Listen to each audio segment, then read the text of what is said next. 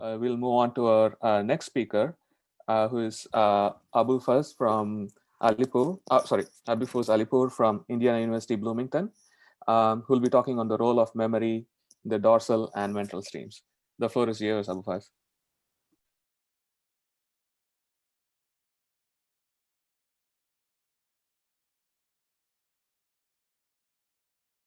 All right, can you hear me now? Okay, good. Just a second. All right. Thank you very much, Shankar, and thank you all for joining the session. And good morning, good afternoon, good evening, depending on where you are. And let's get started. So today I'm going to talk about this a computational examination of the two streams hypothesis. And these are the topics I'm going to talk about.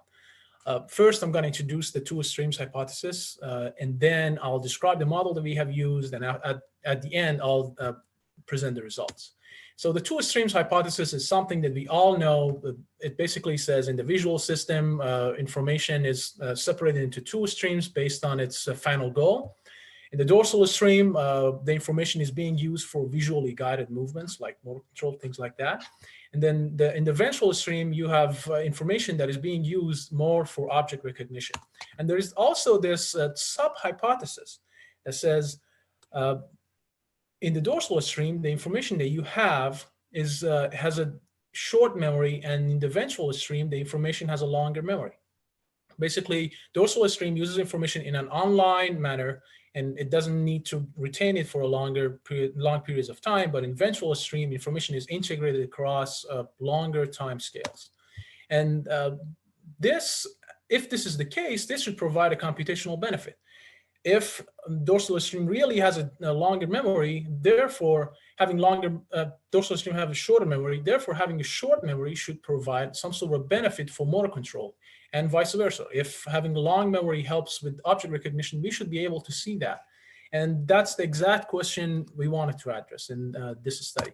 So what we did was to build identical neural networks and train them on either visual motor tasks or object recognition related tasks, and then compare their memory spans. And specifically, the task that we have used were these: viewpoint-invariant object recognition, something that you can relate to the ventral stream, or width detection, regardless of object identity, dorsal, which is something that you can relate to dorsal stream. For example, if you want to grab something, the thing that matters to you the most is most of the time is the width of the object that you want to hold on to. And the tasks that we defined were as following. We used this data set called Coil 100 dataset, which is a data set of 100 objects. And each object has 72 images from different angles with 5-degree increments. And in viewpoint invariant object recognition, what we have done was to ask the network to classify this object as what it is, for example, this granular bar, regardless of its viewpoint, like this blue row that we are showing here.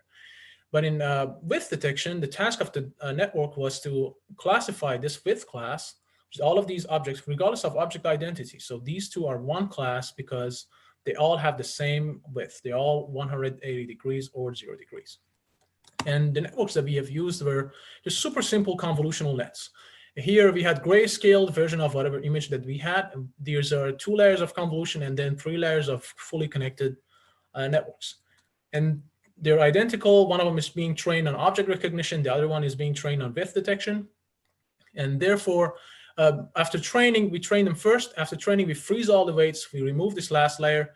And then we replace this last layer, if you can see here, with an echo state network or LSTM, any 2 types of recurrent networks. And I'll talk more about these in the next slides. All right, and now we have recurrent networks. We can, instead of 1 image at a time, we can feed the network sequences of images. And what happens in here is that this recurrent network could look at this history. Based on the history, can tell, or with higher accuracy, what is the identity of this image or this frame. So now we have a dynamic feeding of frames to this network, and it has recurrence. The other measure that we can use is the memory dependence. For example, in echo state networks, which are basically recurrent networks with random connectivity, and nothing changes. All these connections are frozen. The input connections are frozen. The recurrent connections are frozen. The only thing that changes is the output. In here, we can manipulate how much it relies on the past memory. And basically, this is how a node in this recurrent network evolves. It takes inputs, it takes signals from other nodes, and it feeds them into this nonlinear function. Then it adds it to its previous memory, previous state. And you can manipulate this dependence on previous state using this factor that we call forget rate. And if this forget rate is 0, you don't forget anything because this would be 1 and you multiply by your previous state. You keep everything that you had in the past. But if this forget rate is 1, this will be 0. You forget everything that you had in the past. And you only take the information from your current inputs.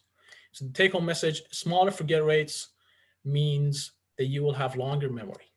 And we have done that. We have trained this echo state on sequences of images, either on width classification or on object classification. And then we tested the accuracy and the forget rate on the test data set.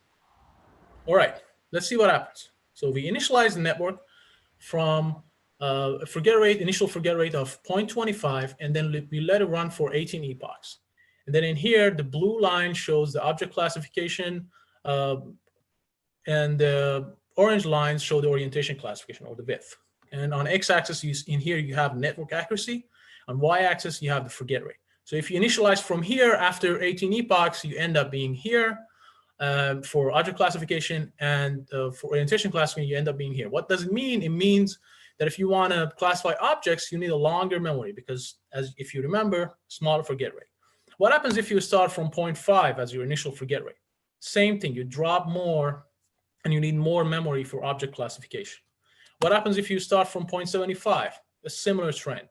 You drop to lower values of forget rate, which means you need more memory for object classification compared to orientation classification.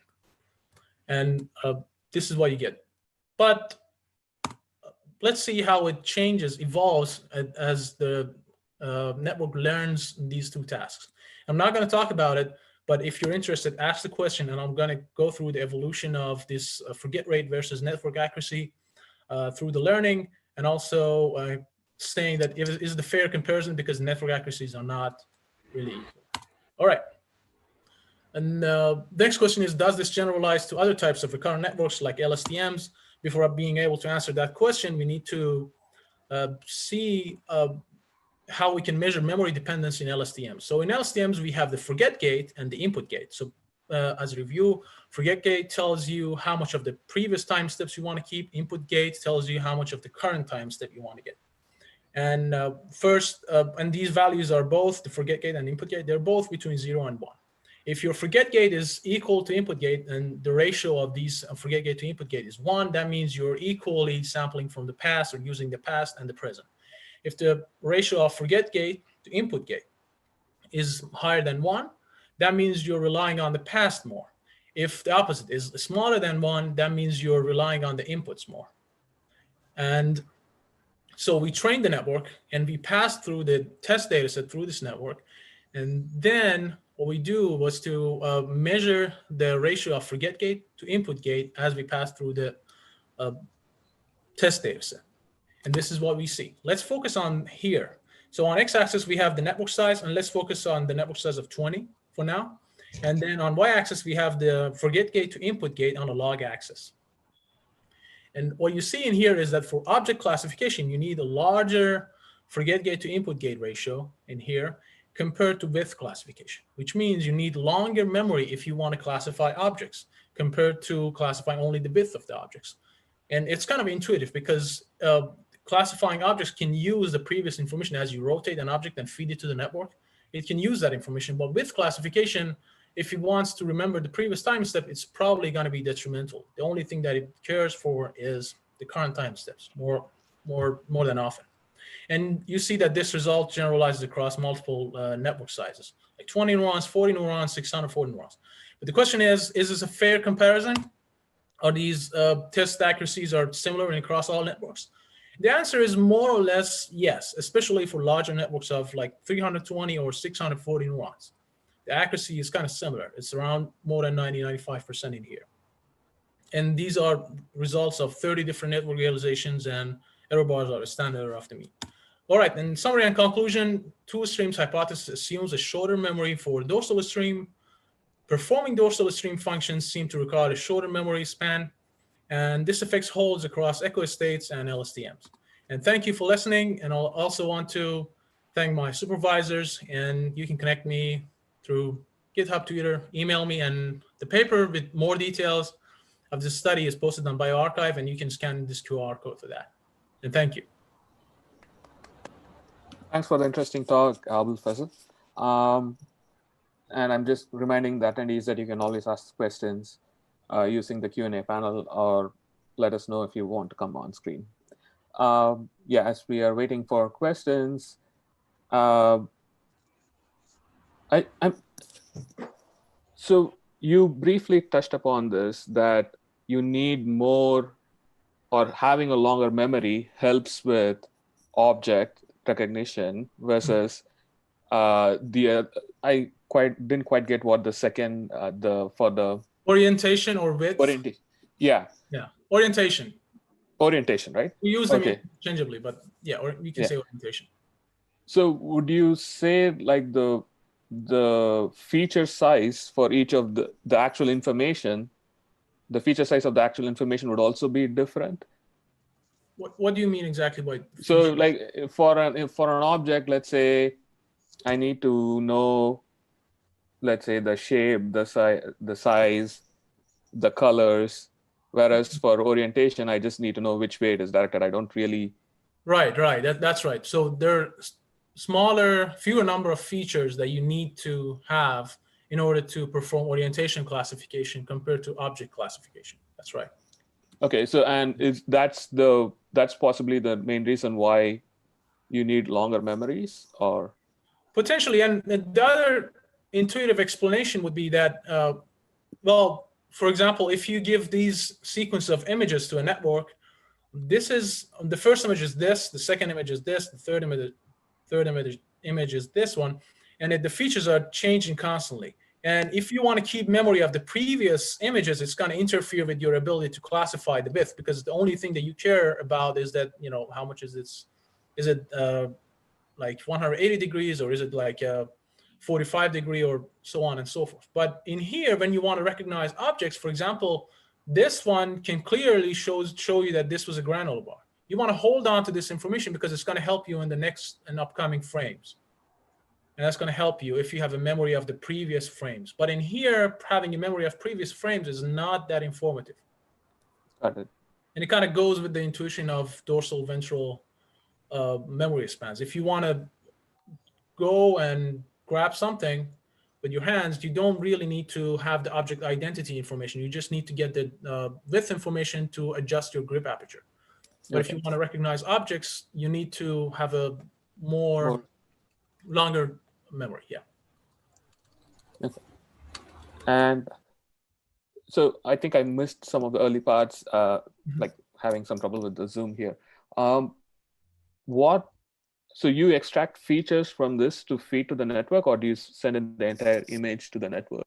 I send the entire image to the network. So this is like a front end of the network, and this is the image. This is basically image grayscaled and downscaled to 28 by 28 pixels, and then it's fed into a convolution layer, and then max pooling, convolution, max pooling again, fully connected, and so on and so forth. So it's basically fed the image grayscale. Are these two networks identical except for the final layer? Do they share weights? No, they don't share weights. They're just randomly initialized, but the architecture is identical, as you said. The architecture is identical, but the weights are randomized, and we have average across 30 different network realizations for calculating the results. Yeah. Is it possible to do weight sharing? Because, yeah, I mean, so how can a brain tell which pathway should I go without pre-processing the entire? Mm-hmm. So that's a good question, and in here the assumption is that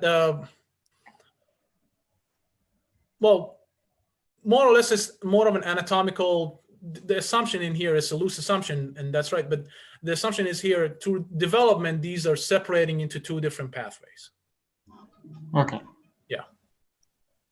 It's more of a developmental genetic thing that it's already through evolution, it has evolved to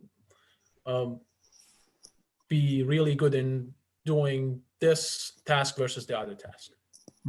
Okay. Yeah. All right. So if you don't have any more questions, we can move to the final speaker of